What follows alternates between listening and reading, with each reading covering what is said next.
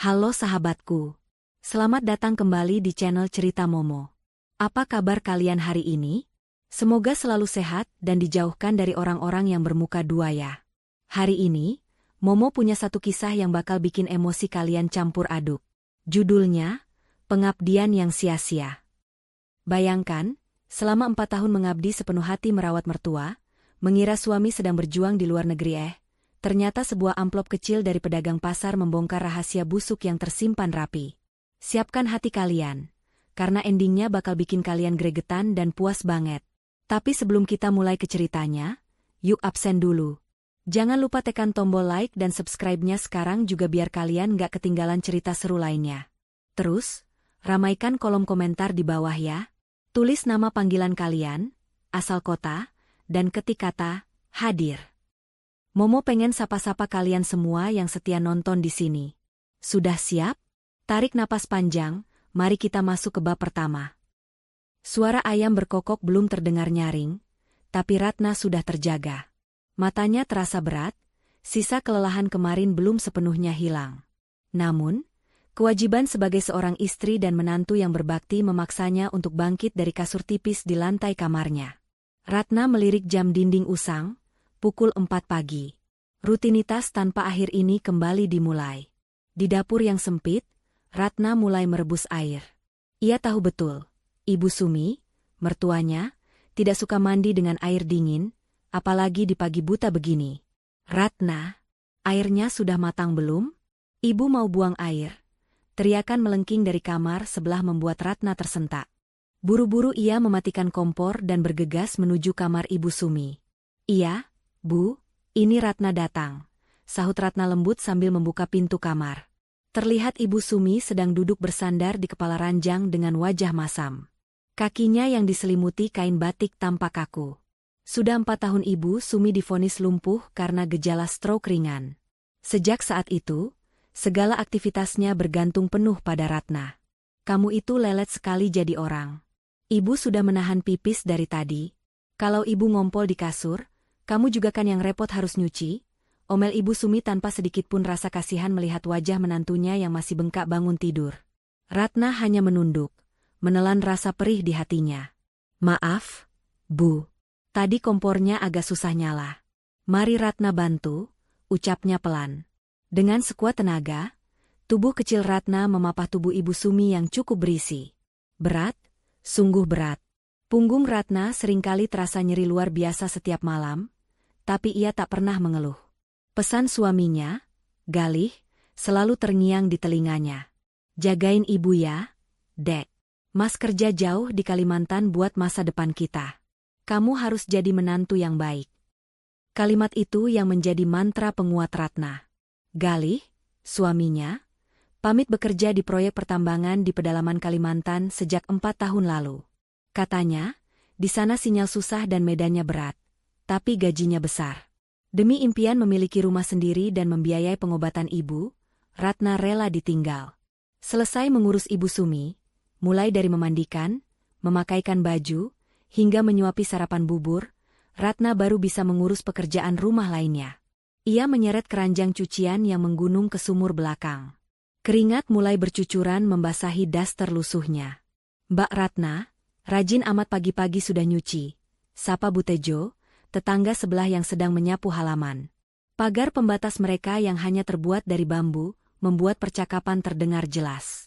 Ratna tersenyum tipis sambil memeras baju. Iya nih, Bu Tejo. Cucian ibu banyak yang kena ompol semalam, harus segera dicuci biar nggak bau. Duh, kamu itu ya, Ratna. Bidadari banget. Sabar bener ngurus mertua lumpuh sendirian. Suami jarang pulang, tapi kamu nggak pernah ngeluh. Coba kalau anak saya yang jadi mantu Ibu Sumi, wah, sudah kabur kali dia. Puji Bu Tejo geleng-geleng kepala. Ratna hanya menanggapi dengan senyum getir. Pujian orang lain tidak bisa menambal rasa sepi di hatinya. 4 tahun Galih pergi, dia baru pulang 3 kali. Itu pun hanya sebentar. Paling lama 2 hari, lalu buru-buru pergi lagi dengan alasan dipanggil bos proyek. Siang harinya, setelah Ibu Sumi tidur siang, Ratna duduk di pojokan dapur sambil memegang ponsel lamanya. Layarnya sudah retak di ujung, tapi masih bisa dipakai. Dengan jari gemetar rindu, ia mencoba menghubungi nomor Galih. Tut, tut, tut. Panggilan tidak terjawab. Ratna mencoba lagi. Kali ini panggilannya ditolak. Tak lama, sebuah pesan singkat masuk. Mas lagi di Site, Dek. Berisik mesin. Jangan telepon dulu, nanti dimarahin mandor. Sinyal juga putus-putus. Jaga ibu baik-baik. Uang bulanan nanti Mas titip transfer kalau sudah turun ke kota. Ratna menghela napas panjang. Selalu begitu alasannya. Padahal Ratna hanya ingin mendengar suara suaminya. Sekadar bertanya kabar atau bercerita lelahnya hari ini. Tapi Galih seolah membangun tembok tinggi yang tak bisa ditembus. Anehnya, Ratna sering mendengar Ibu Sumi tertawa-tawa sendiri di kamarnya saat Ratna sedang mencuci piring. Pernah sekali Ratna bertanya, Ibu Sumi bilang sedang mendengarkan sandiwara radio. Tapi apakah sandiwara radio selucu itu? Sore harinya, Ratna kembali sibuk memijat kaki Ibu Sumi. Mertuanya itu mengeluh kakinya kram. Yang bener pijitnya. Jangan lembek begitu, nggak kerasa. Sentak Ibu Sumi, menendang pelan bahu Ratna dengan kaki lumpuhnya. Ratna tersentak kaget. Tendangan itu terasa cukup bertenaga untuk ukuran orang yang lumpuh. Namun, pikiran buruk itu segera ia tepis. Mungkin itu hanya gerak refleks otot, pikirnya. Ia kembali menekan jemarinya ke betis Ibu Sumi dengan lebih kuat. Bu, bulan ini beras sudah mau habis. Token listrik juga sudah bunyi. Mas Galih belum kirim uang. Apa ibu ada simpanan sedikit buat talangan dulu? Tanya Ratna hati-hati. Ia tahu ini topik sensitif. Wajah Ibu Sumi langsung berubah garang. Kamu ini ya? Suami kerja keras banting tulang di hutan, kamu di sini cuma bisa minta duit. Harusnya kamu yang pinter atur uang. Masa itu dikurangin? Jangan boros. Ibu nggak punya uang. Uang ibu ya sudah habis buat beli obat. Ratna terdiam, lagi-lagi menelan ludah pahit. Padahal ia makan hanya dengan nasi sisa dan garam, sementara lauk ikan dan ayam selalu ia berikan untuk Ibu Sumi. Kemana lagi ia harus berhemat? Ratna akhirnya memutuskan, besok ia harus mengambil tawaran buruh cuci gosok di rumah Bu Lurah. Ia butuh uang tambahan tanpa harus mengemis pada Galih yang seolah tak peduli. Malam itu, Ratna tidur meringkuk kedinginan tanpa selimut tebal. Di benaknya, wajah Galih menari-nari. Ia rindu, tapi rindu itu perlahan mulai bercampur dengan rasa lelah yang amat sangat. Tanpa ia sadari, roda nasib sedang berputar, bersiap membuka tabir yang selama ini tertutup rapat di rumah kontrakan sempit itu. Ratna memejamkan mata, berdoa agar suaminya selalu sehat, tanpa tahu bahwa doa tulusnya itu ditujukan pada orang yang salah. Matahari sudah sepenggalah naik ketika Ratna baru saja menyelesaikan tumpukan cucian terakhir di rumah Bu Lurah. Punggungnya terasa kaku, dan jari-jarinya keriput memutih karena terlalu lama terendam air sabun. Namun, rasa lelah itu sedikit terobati ketika Bu Lurah menyodorkan 2 lembar uang pecahan Rp50.000. Bagi orang lain, uang segitu mungkin hanya cukup untuk sekali makan di kafe. Tapi bagi Ratna, ini adalah penyambung napas untuk 3 hari ke depan. Setidaknya, ia bisa membelikan lauk yang sedikit lebih layak untuk Ibu Sumi, mertuanya yang selalu menuntut pelayanan prima meski keadaan ekonomi mereka sedang morat-marit. Ratna, ini tambahan sedikit buat beli sabun cuci muka kamu, biar segeran dikit. Kamu itu masih muda, tapi mukanya kusut banget kayak baju belum disetrika. Gurau Bu Lurah sambil menyelipkan uang tambahan 20.000. Ratna tersenyum malu, menerima rezeki itu dengan tangan gemetar penuh syukur. Terima kasih banyak, Bu Lurah. Ini sudah lebih dari cukup. Doakan ya Bu, semoga Mas Galih segera dapat bonus biar Ratna nggak perlu merepotkan Bu Lurah terus. Bu Lurah menatap Ratna dengan pandangan iba yang sulit diartikan. Ia menghela napas pelan sebelum berbisik, seolah takut didengar angin. Ratna, sebenarnya saya agak heran. Suamimu itu kerja di tambang, kan? Setahu saya, gaji orang tambang itu besar. Loh, ponakan saya yang cuma jadi sopir di sana saja bisa kirim 5 juta per bulan ke istrinya. Masa Galih yang katanya mandor, kirim uang ke kamu seret banget? Pertanyaan itu seperti jarum halus yang menusuk ulu hati Ratna. Ia sendiri sering bertanya-tanya dalam diam, namun selalu ditepisnya dengan alasan-alasan positif. Mungkin pengeluaran Mas Galih di sana besar, Bu. Katanya biaya hidup di pedalaman mahal sekali. Belum lagi dia bilang sedang nabung buat beli tanah. Bu Lurah hanya mengangguk pelan, meski matanya menyiratkan ketidakpercayaan. Ya sudah, didoakan saja yang terbaik. Hati-hati di jalannya. Sepanjang perjalanan pulang, pikiran Ratna berkecamuk. Ucapan Bu Lurah terus terngiang. Benar juga, sudah 4 tahun Gali bekerja, tapi tabungan mereka masih nol. Bahkan untuk makan sehari-hari saja Ratna harus memeras keringat menjadi buruh cuci. Kemana perginya uang hasil kerja keras suaminya itu? Namun, lagi-lagi Ratna berusaha membunuh keraguan itu. Ia tidak boleh suuzon pada suami sendiri. Pamali, kata orang tua dulu. Sesampainya di rumah kontrakan, suasana sunyi menyambutnya. Pintu depan tidak terkunci. Ratna melangkah masuk dan mendapati Ibu Sumi sedang duduk di kursi roda bututnya di ruang tengah, menatap televisi yang menampilkan acara gosip selebriti. Begitu melihat Ratna masuk, wajah Ibu Sumi yang tadinya datar langsung berubah menjadi keruh. Dari mana saja kamu, Ratna? Jam segini baru pulang. Ibu sudah lapar. Tega benar kamu membiarkan mertua yang lumpuh ini kelaparan sendirian, semprot Ibu Sumi. Suaranya melengking, kontras sekali dengan tubuhnya yang katanya lemah tak berdaya. Ratna buru-buru meletakkan bungkusan plastik berisi sayur lodeh dan ikan asin yang dibelinya di warung tadi. Maaf, Bu. Cucian di tempat Bu Lurah banyak sekali hari ini. Ini Ratna bawakan sayur lodeh kesukaan Ibu. Ratna suapi ya. Belum sempat Ibu Sumi menjawab, ponsel tua Ratna yang diletakkan di atas meja bergetar hebat. Nama, Mas Galih, terpampang di layar. Jantung Ratna berdegup kencang. Rasa rindu membuncah seketika. Dengan tangan yang masih sedikit basah, ia menyambar ponsel itu dan menekan tombol hijau. Halo, Mas Galih? Assalamualaikum, sapa Ratna dengan suara bergetar menahan haru. Namun, jawaban di seberang sana terdengar dingin dan terburu-buru. Waalaikumsalam. Ratna, mana Ibu? Mas mau ngomong sama Ibu. Penting. Kasihkan HP-nya sekarang. Senyum Ratna memudar perlahan. Tidak ada pertanyaan, apa kabar? Tidak ada kata rindu. Hanya perintah. Dengan hati mencelos, Ratna mendekatkan ponsel itu ke telinga Ibu Sumi. Bu, Mas Galih mau bicara. Wajah Ibu Sumi yang tadi cemberut, seketika berubah cerah bagaikan langit setelah badai. Ia menyambar ponsel itu dengan gerakan tangan yang gesit, sangat gesit untuk ukuran orang yang sering mengeluh tangannya kaku karena asam urat. Halo, Gali anakku sayang. Duh, Gusti, Ibu kangen sekali sama kamu, Le.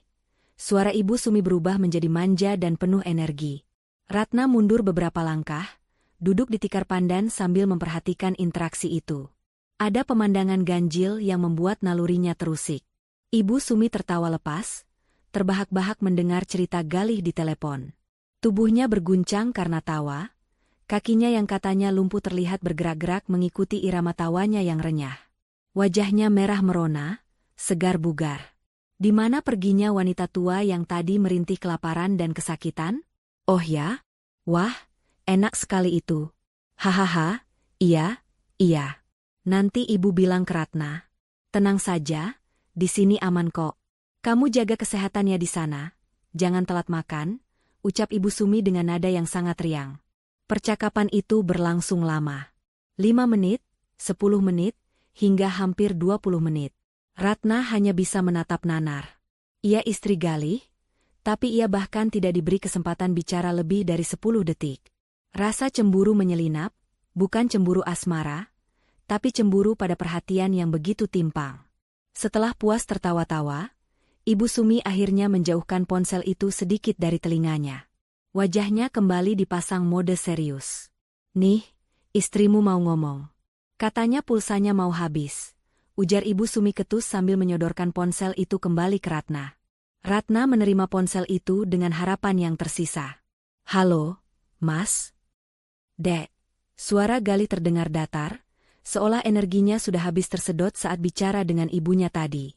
Mas barusan kirim uang 500.000. Kamu irit-irit ya? Di sini lagi sepi proyek, jadi bonus belum turun. 500.000, Mas? Ratna tercekat. Tapi, Bu butuh obat nyeri sendi yang harganya 200.000. Beras habis, kontrakan nunggak seminggu. Mas, apa nggak ada lebih? Ratna capek mas kalau harus nyuci terus. Suara Ratna mulai serak, menahan tangis yang mendesak keluar. Hening sejenak di seberang sana, lalu terdengar helaan napas kasar. Kamu itu jangan nuntut terus kenapa sih? Mas di sini kerja banting tulang, taruhan nyawa, kamu di rumah cuma leha-leha jaga ibu aja banyak ngeluh. Bersyukur dikit. Harusnya kamu ngerti kondisi suami, bentak Galih. Air mata Ratna akhirnya tumpah. Leha-leha? Tangannya sampai kapalan karena mencuci baju orang demi sesuap nasi, dan suaminya bilang ia leha-leha? Ratna nggak nuntut.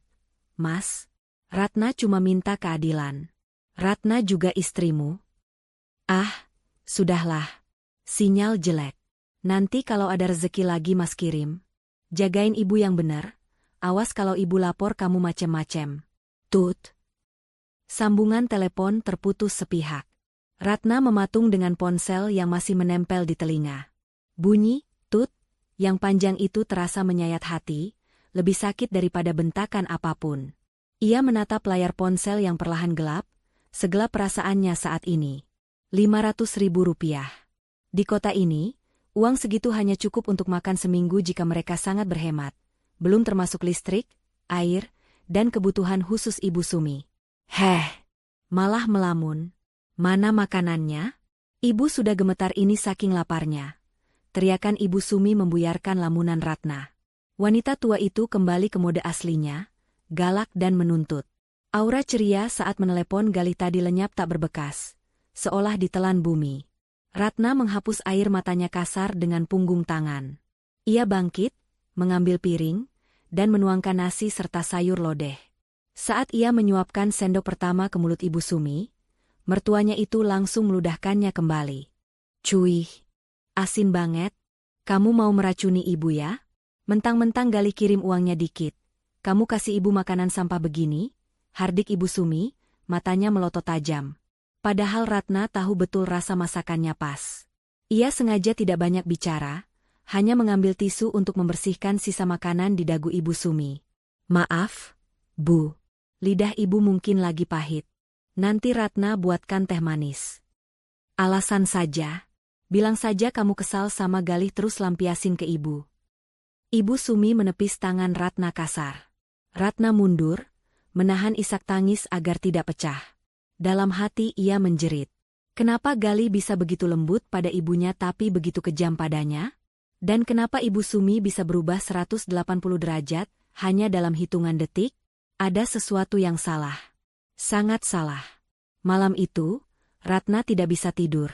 Ia teringat kembali wajah Ibu Sumi saat menelepon tadi. Wajah itu, wajah orang yang sangat sehat. Tidak ada guratan kesakitan sedikit pun. Dan Galih, suara latar belakang saat Galih menelepon tadi tidak terdengar bising mesin proyek atau suara hutan seperti yang sering diceritakannya dulu. Tadi hening. Sesekali terdengar suara klakson mobil yang samar dan suara musik klasik pelan. Ratna menggelengkan kepala kuat-kuat. Tidak mungkin. Mungkin itu suara radio di mes pekerja. Ratna bangkit dari tikarnya, berjalan pelan ke arah kamar Ibu Sumi untuk mengecek keadaan mertuanya. Pintu kamar sedikit terbuka. Ratna mengintip.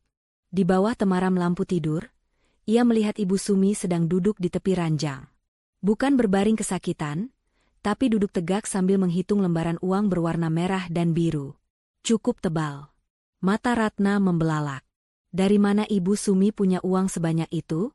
Ratna ingat betul. Ia tidak pernah memberi uang tunai pada Ibu Sumi, karena semua kebutuhan ia yang belikan. Galih bilang baru saja transfer 500.000 ke rekening Ratna, jadi tidak mungkin uang itu dari Galih yang dikirim lewat pos. Ratna menahan napas, takut ketahuan. Ibu Sumi tampak tersenyum puas, mencium uang-uang itu lalu menyelipkannya ke bawah kasur, tepat di bagian tengah yang sulit dijangkau. Setelah itu, Ibu Sumi merebahkan diri, menarik selimut, dan dalam sekejap terdengar dengkuran halus. Kaki Ratna lemas. Ia mundur perlahan kembali ke kamarnya. Teka-teki ini semakin membingungkan. Galih yang pelit, Ibu Sumi yang punya simpanan rahasia, dan perubahan sikap yang drastis. Malam itu, di tengah kesunyian yang mencekam, Benih kecurigaan Ratna mulai tumbuh subur, menanti waktu untuk meledak. Ia sadar, ia tidak bisa lagi hanya diam dan menerima nasib. Ada sesuatu yang disembunyikan ibu dan anak itu darinya. Sesuatu yang besar dan mungkin menyakitkan. Pagi itu, atmosfer di rumah kontrakan terasa lebih dingin dari biasanya, meski matahari sudah mulai menyengat lewat celah ventilasi. Ratna menyapu lantai dengan gerakan mekanis, namun pikirannya melayang jauh ke kejadian semalam. Bayangan tumpukan uang di tangan Ibu Sumi terus menghantuinya. Bagaimana mungkin mertuanya yang selalu merengek tidak punya uang untuk beli obat, ternyata menyembunyikan lembaran merah yang jumlahnya jutaan di bawah kasur? Keingintahuan itu mendesak Ratna untuk memberanikan diri bertanya. Saat mengantarkan teh hangat ke kamar Ibu Sumi, Ratna mencoba memancing pembicaraan. "Bu, hari ini Ratna mau ke pasar. Uang dari Mas Gali kemarin cuma 500.000, itu pun sudah kepakai bayar listrik dan beli beras. Kalau ibu mau titip beli obat nyeri sendi yang bagus itu, apa ibu ada simpanan uang sedikit? Soalnya uang belanja benar-benar ngepas, Bu." Ratna bertanya dengan nada sehalus mungkin, matanya menatap lekat wajah mertuanya. Ibu Sumi yang sedang menyisir rambutnya yang mulai memutih langsung berhenti. Lewat cermin rias yang kusam, ia menatap tajam ke arah Ratna yang berdiri di belakangnya. "Maksud kamu apa, Ratna? Kamu nuduh ibu punya uang simpanan?" Suara Ibu Sumi meninggi, nada tersinggung yang dibuat-buat begitu kental terdengar. "Kamu pikir orang lumpuh kayak ibu bisa cari uang dari mana? Ngepet? Atau nuyul? Uang ibu ya cuma dari belas kasihan kamu dan Galih. Kalau Galih kirimnya sedikit, ya itu nasib kita. Jangan malah nodong orang tua yang sakit-sakitan." Ratna menelan ludah. "Bukan begitu, Bu. Semalam Ratna sempat bangun mau ke kamar mandi, terus lihat pintu kamar ibu kebuka dikit. Kayaknya Ratna lihat ibu lagi pegang uang. Prang. Gelas teh di meja samping ranjang tersenggol tangan Ibu Sumi hingga jatuh dan pecah berantakan. Cairan teh panas menggenangi lantai. Ibu Sumi berteriak histeris, wajahnya memerah padam, namun sorot matanya menyeratkan kepanikan yang coba ditutupi dengan amarah. "Oh, jadi sekarang kamu mulai jadi mata-mata. Kamu ngintip ibu tidur? Lancang sekali kamu, Ratna. Itu bukan uang. Itu cuma kertas bon utang almarhum bapak yang ibu baca lagi buat kenang-kenangan. Mata kamu itu sudah rabun atau hati kamu yang busuk sampai nuduh mertua sendiri nyimbun uang?" Ratna buru-buru berjongkok memunguti pecahan kaca. "Maaf, Bu. Ratna salah lihat. Jangan marah, nanti tensi ibu naik lagi." Ratna memilih mengalah.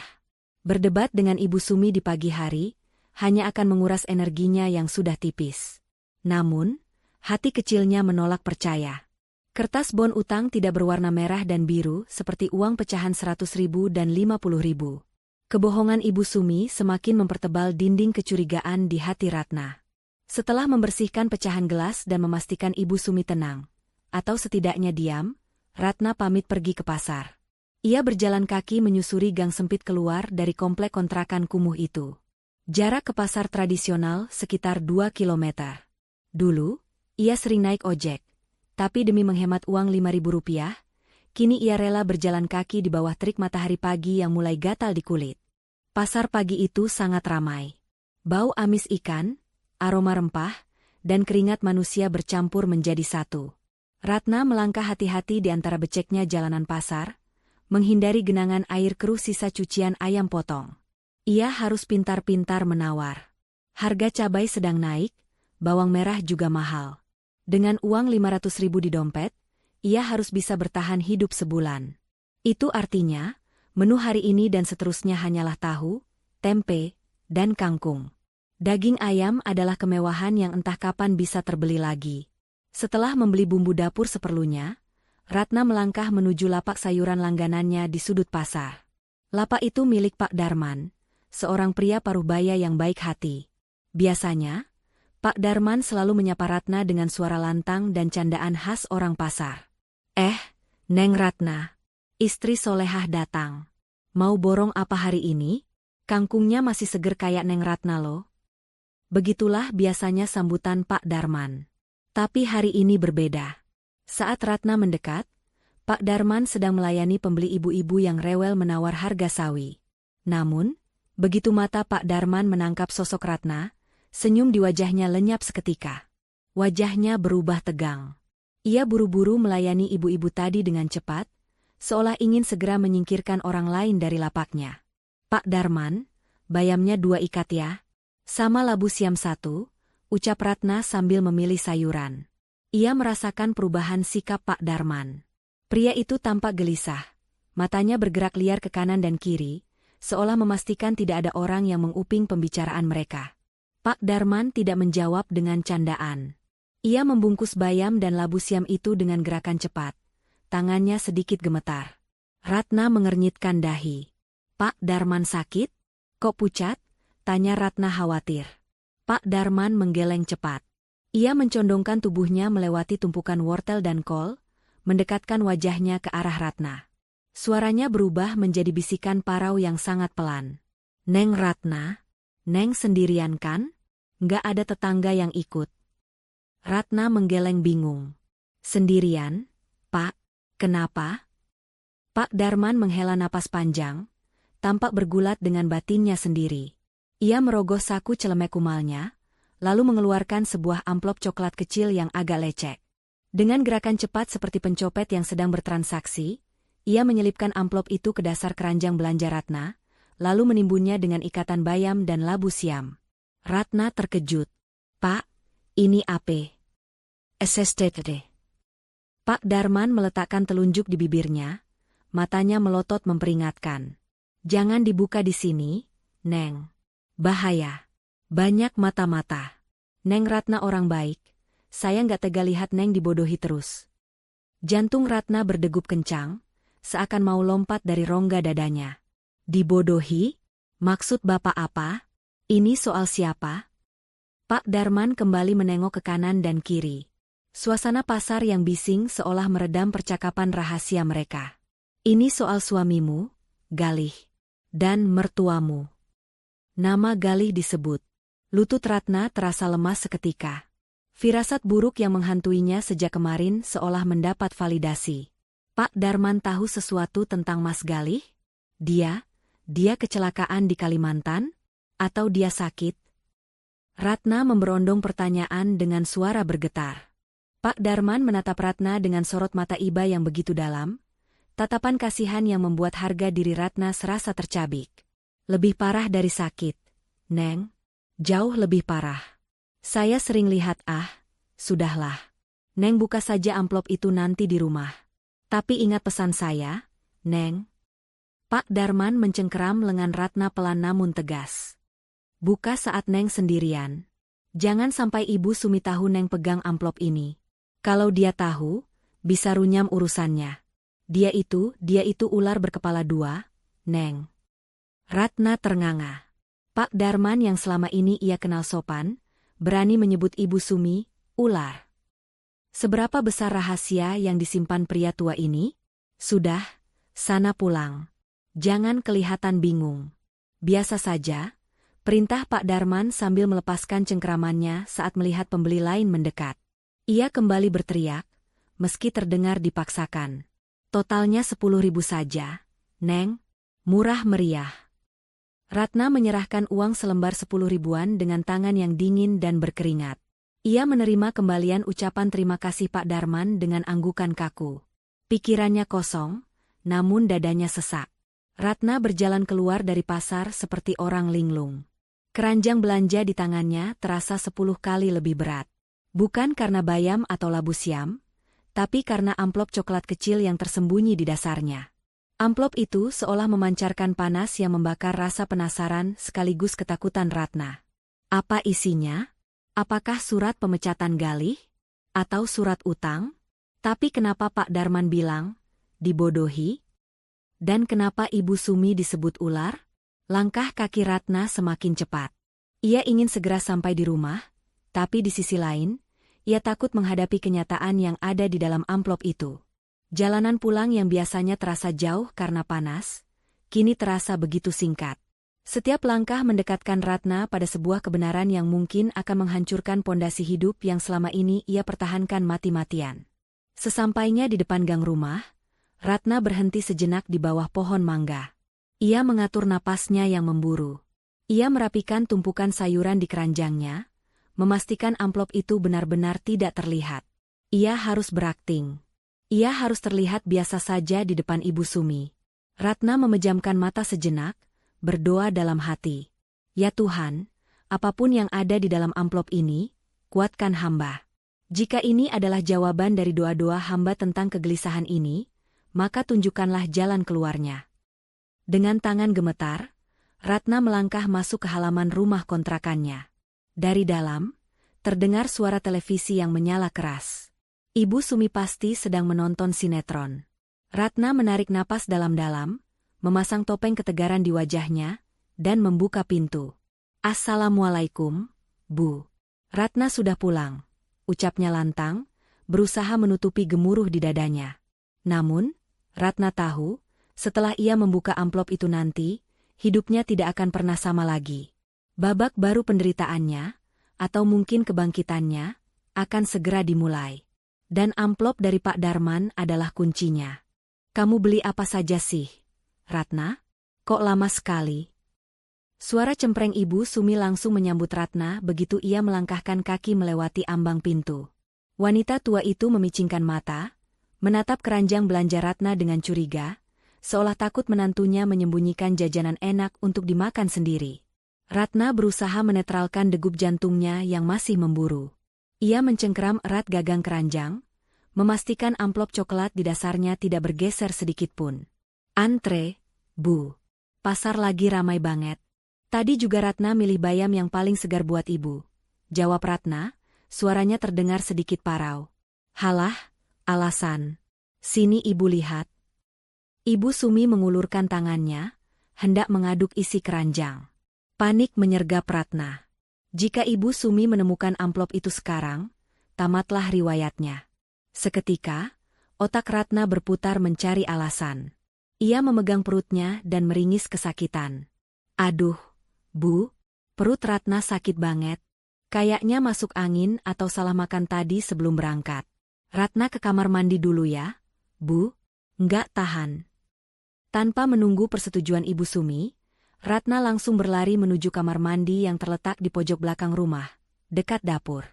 Ia mengabaikan teriakan Ibu Sumi yang memaki-makinya karena dianggap tidak sopan.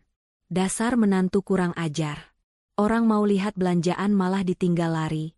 Awas kalau kamu lama-lama di sana, cucian piring sudah numpuk. Ratna membanting pintu kamar mandi yang terbuat dari seng berkarat itu, lalu menguncinya rapat-rapat. Napasnya tersengal-sengal. Di ruangan sempit berukuran 1x1 meter yang pengap dan berbau lembab inilah satu-satunya tempat ia memiliki privasi. Tangan Ratna merogoh saku daster, mengeluarkan amplop coklat lecek pemberian Pak Darman. Benda itu terasa panas di tangannya. Dengan tangan gemetar hebat, Ratna merobek ujung amplop. Isinya bukan surat, melainkan beberapa lembar foto yang dicetak di kertas mengkilap. Ratna menarik lembar pertama. Darah Ratna serasa berhenti mengalir. Di foto itu, terlihat sosok Galih. Suaminya. Pria yang katanya sedang berjuang di tengah hutan belantara Kalimantan, bermandi lumpur dan keringat demi masa depan mereka. Tapi di foto itu, Galih terlihat sangat berbeda. Ia mengenakan kemeja biru muda yang licin dan rapi, potongan rambutnya klimis ala eksekutif muda. Ia sedang duduk di sebuah kursi empuk, di hadapannya terhidang piring besar berisi steak daging tebal dan gelas minuman berwarna merah cantik. Ratna menahan napas, menarik lembar foto kedua. Kali ini Galih tidak sendiri. Di sampingnya duduk seorang wanita cantik. Kulitnya putih bersih, rambutnya hitam bergelombang, dan ia mengenakan gaun yang terlihat mahal. Tangan wanita itu melingkar mesra di lengan Galih. Mereka berdua tertawa lepas, saling bertatapan penuh cinta. Senyum Galih di foto itu adalah senyum yang sudah lama hilang dari hidup Ratna. Senyum yang dulu pernah membuat Ratna jatuh cinta, kini diberikan cuma-cuma pada wanita asing itu. Air mata Ratna menetes, jatuh tepat di atas permukaan foto licin itu. Tapi kejutan terbesarnya ada di foto ketiga. Foto itu diambil dari jarak yang agak jauh, namun cukup jelas. Galih sedang berdiri menggendong seorang anak laki-laki. Anak itu berkulit putih, matanya bulat, dan wajahnya adalah cetakan yang sempurna dari wajah Galih. Anak itu tertawa riang sambil memegang balon. Di samping mereka, wanita cantik tadi tersenyum sambil memegangi kaki mungil si anak. Mereka terlihat seperti keluarga bahagia. Keluarga yang sempurna. Ratna membekap mulutnya sendiri agar jeritan tangisnya tidak terdengar keluar. Tubuhnya merosot ke lantai kamar mandi yang dingin dan basah. Ia membalik foto itu, berharap ada penjelasan, tapi hanya ada stempel tanggal digital di pojok bawah. 1 minggu yang lalu. 1 minggu yang lalu? Ratna menatap kembali foto pertama. Matanya menyipit, memperhatikan latar belakang foto tersebut. Di belakang Galih, terlihat sebuah neon box bertuliskan, Skyview Resto Lounge. Ratna tahu tempat itu. Itu adalah restoran mewah yang terletak di rooftop salah satu mall terbesar di pusat kota ini. Kota tempat Ratna tinggal. Jaraknya hanya sekitar 10 kilometer dari kontrakan kumuh ini. Dunia Ratna runtuh seketika. Jadi, selama ini Galih tidak di Kalimantan? Cerita tentang hutan, sinyal susah, tidur di barak, makan mie instan semuanya bohong? Ratna merasa mual. Perutnya benar-benar sakit sekarang. Bukan karena masuk angin, tapi karena hantaman kenyataan yang begitu brutal. Selama 4 tahun Ratna hidup seperti budak. Makan nasi garam, menahan rindu, dimaki-maki Ibu Sumi, bekerja kasar sampai tangannya kasar dan kapalan. Demi apa? Demi membiayai Galih yang ternyata hidup mewah di kota yang sama? Ya Allah! Mas Galih, kenapa Mas tega?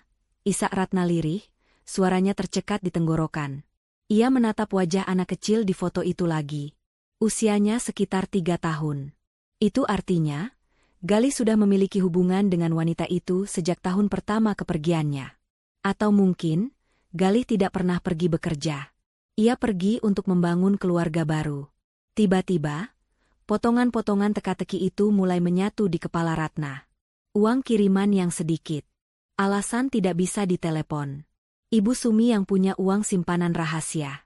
Ibu Sumi yang tertawa lepas saat menelepon Galih.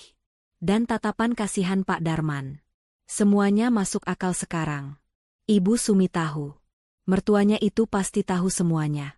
Ratna bukan hanya dikhianati oleh suaminya, tapi juga dipermainkan oleh mertuanya sendiri. Mereka berdua bersekongkol menjadikan Ratna sapi perah dan pembantu gratisan. Ibu Sumi menikmati perawatan tulus Ratna, sementara Galih menikmati hidup barunya tanpa beban mengurus ibu yang sakit. Ratna, kamu mati di dalam sana ya? Lama amat. Ibu mau pipis. Gedoran keras di pintu kamar mandi membuat Ratna tersentak. Ratna buru-buru menghapus air matanya. Ia tidak boleh lemah. Ia tidak boleh hancur sekarang. Jika ia keluar dengan mata sembab dan menangis meraung-raung, Ibu Sumi pasti akan curiga dan melapor ke Galih. Dan Galih pasti akan memutarbalikkan fakta atau bahkan kabur lagi. Tidak. Ratna meremas foto-foto itu, lalu menyelipkannya ke balik pakaian dalamnya, tempat paling aman yang tidak mungkin digeledah Ibu Sumi. Ia menyalakan keran air, membasuh wajahnya berkali-kali untuk menyamarkan sembab di matanya. Ia menatap pantulan wajahnya di ember air. Wajah wanita bodoh yang sudah ditipu mentah-mentah selama 4 tahun. Tapi sorot mata di pantulan air itu perlahan berubah. Kesedihan itu memadat, mengkristal menjadi sesuatu yang keras dan dingin. Dendam. Ratna membuka pintu kamar mandi. Ibu Sumi sudah berdiri di sana dengan wajah garang, siap menyemburkan omelan. Kamu ini ngapain aja sih? Mandi kembang? Bentak Ibu Sumi. Ratna menatap Ibu Sumi. Untuk pertama kalinya, ia melihat wanita tua itu bukan sebagai mertua yang harus dihormati, melainkan sebagai monster yang memakai topeng manusia. Maaf, Bu. Perut Ratna sakit sekali tadi, jawab Ratna datar. Tidak ada nada minta maaf yang tulus dalam suaranya. Halah, alasan. Minggir. Ibu Sumi mendorong bahu Ratna kasar dan masuk ke kamar mandi. Ratna berdiri mematung di depan pintu dapur. Tangannya mengepal kuat hingga kukunya menancap ke telapak tangan. Rasa sakit fisik itu membantunya tetap sadar. Tunggu saja, Mas Galih. Tunggu saja, Bu, bisik Ratna pada angin yang berhembus. Kalian pikir aku bodoh? Mulai hari ini, aku bukan lagi Ratna yang penurut. Aku akan cari tahu di mana sarang kalian, dan aku akan pastikan kalian membayar setiap tetes air mataku. Ratna melangkah menuju keranjang belanjanya yang tergeletak. Ia mengambil bayam dengan tenang. Ia akan memasak. Ia akan makan. Ia butuh tenaga. Karena mulai besok, ia akan memulai perburuannya. Perburuan untuk mengungkap kebenaran yang lebih detail, langsung ke sumbernya. Skyview Resto. Keesokan harinya, Ratna melancarkan aksi pertamanya. Wajah pucat yang kemarin ia buat-buat, hari ini ia pertahankan dengan tidak memakai bedak sedikitpun. Ia bahkan sengaja membiarkan rambutnya sedikit berantakan. Saat mengantarkan sarapan bubur polos untuk Ibu Sumi, Ratna berjalan sambil memegangi perutnya. Sesekali meringis menahan sakit yang tidak ada. Bu, hari ini Ratna izin tidak nyuci di tempat Bu Lurah ya. Perut Ratna melilit dari kemarin belum sembuh, malah makin parah. Ratna mau ke puskesmas sebentar minta obat. Ucap Ratna dengan suara lemah. Ibu Sumi yang sedang asyik mengunyah bubur berhenti sejenak, menatap menantunya dengan tatapan menyelidik. Namun, melihat wajah Ratna yang benar-benar kusam dan keringat dingin, yang sebenarnya sisa air wudhu yang tidak dilap, ia mendengus kasar. Ya sudah sana, jangan lama-lama. Nanti siang ibu mau makan ikan goreng, jangan lupa mampir pasar pulangnya. Awas kalau pulang gak bawa apa-apa. Ratna mengangguk patuh. Iya, Bu. Ratna sudah siapkan teh manis di meja dan roti di toples, kalau ibu lapar sebelum Ratna pulang. Setelah berhasil keluar dari rumah tanpa dicurigai, Ratna tidak menuju puskesmas. Ia berjalan cepat menuju jalan raya, menyetop angkot jurusan pusat kota. Jantungnya berdegup kencang, bukan karena sakit, tapi karena adrenalin. Di dalam tas kusamnya, terselip foto Galih yang ia curi pandang berkali-kali semalam, memastikan ia tidak sedang bermimpi buruk. Perjalanan memakan waktu 1 jam. Ratna turun di depan sebuah mal megah yang menjulang tinggi di pusat kota. Bangunan berlapis kaca itu memantulkan sinar matahari. Terlihat begitu menyilaukan dan mengintimidasi bagi Ratna yang hanya mengenakan gamis sederhana dan sandal jepit yang sudah tipis tumitnya. Ia menarik napas panjang, menguatkan hati. Demi kebenaran, bisiknya. Ratna masuk ke dalam mal. Hawa dingin AC langsung menyergap kulitnya, kontras dengan panasnya udara di luar. Ia merasa seperti alien di tempat itu. Orang-orang berlalu lalang dengan pakaian modis dan wangi parfum mahal, sementara ia berbau minyak angin. Ratna menundukkan kepala, berusaha tidak menarik perhatian, dan mencari papan petunjuk menuju rooftop. Lift kaca membawanya naik ke lantai paling atas. Begitu pintu lift terbuka, tulisan besar, Skyview Resto Lounge, menyambutnya. Tempat itu terlihat sangat mewah. Lantainya marmer mengkilap, lampu gantung kristal menghiasi langit-langit, dan pemandangan kota terlihat jelas dari dinding kaca. Pelayan berseragam rapi hilir mudik membawa nampan berisi makanan yang harganya mungkin setara dengan biaya hidup Ratna sebulan. Ratna berdiri canggung di dekat pintu masuk.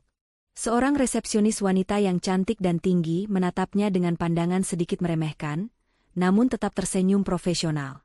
Selamat siang, Bu. Ada yang bisa dibantu? Mau reservasi atau bertemu seseorang? Tanyanya, matanya sekilas menyapu penampilan Ratna dari atas ke bawah. Ratna meremas tasnya. Ia tahu ia tidak pantas berada di sini sebagai tamu. Maaf, Mbak. Saya mau tanya. Saya sedang mencari saudara saya. Katanya dia sering makan di sini. Ratna mengeluarkan foto Galih yang sedang duduk di meja restoran itu. Ia menutupi bagian foto yang menampilkan wanita dan anak kecil itu dengan jempolnya, hanya memperlihatkan wajah Galih dan latar belakang restoran. Resepsionis itu melirik sekilas, lalu keningnya berkerut. Oh, ini Pak Galih ya? Duh. Jantung Ratna serasa dipukul palu godam. Dia kenal. Pegawai restoran ini mengenal suaminya. Berarti benar, Galih adalah pelanggan tetap. Iya, Mbak kenal? Tanya Ratna, berusaha menyembunyikan getar dalam suaranya. Tentu saja, Pak Galih kan member VIP di sini. Beliau sering sekali dinner di sini setiap akhir pekan. Jawab resepsionis itu santai, tanpa sadar kalimatnya sedang menghancurkan hati wanita di depannya. Tapi hari ini beliau belum datang, Bu. Biasanya beliau datang Sabtu malam. Setiap akhir pekan? Ratna menggigit bibir bawahnya. Setiap akhir pekan Galih makan enak di sini, sementara Ratna di rumah kontrakan sedang memijat kaki Ibu Sumi sambil menahan lapar. Mbak tahu di mana rumah Pak Galih? Soalnya ada urusan keluarga mendadak. HP-nya tidak bisa dihubungi. Ratna berbohong, matanya memelas. Resepsionis itu menggeleng. Waduh, kalau alamat rumah saya kurang tahu, Bu. Itu privasi pelanggan. Ratna lemas. Jejaknya terputus di sini. Ia hendak berbalik pergi dengan langkah gontai ketika seorang satpam yang berdiri tak jauh dari meja resepsionis berdehem pelan. Satpam itu, pria parubaya yang terlihat ramah, mendekati Ratna saat resepsionis itu sibuk mengangkat telepon. Bu, maaf saya dengar tadi ibu cari Pak Galih, bisik satpam itu. Ratna menoleh cepat, harapan kembali menyala di matanya. Iya, Pak, Bapak tahu. Satpam itu melihat ke kiri dan kanan, memastikan tidak ada manajer yang melihat. Saya sering bantu parkirin mobil Pak Galih. Mobilnya Pajero putih, mentereng banget.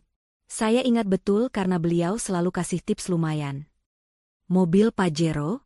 Ratna ingin tertawa miris. Galih bilang dia naik truk proyek di Kalimantan. Bapak tahu beliau tinggal di mana? Desak Ratna. Saya pernah dengar beliau ngobrol sama istrinya di lobi saat nunggu mobil. Mereka mau pulang ke arah Permata Regensi.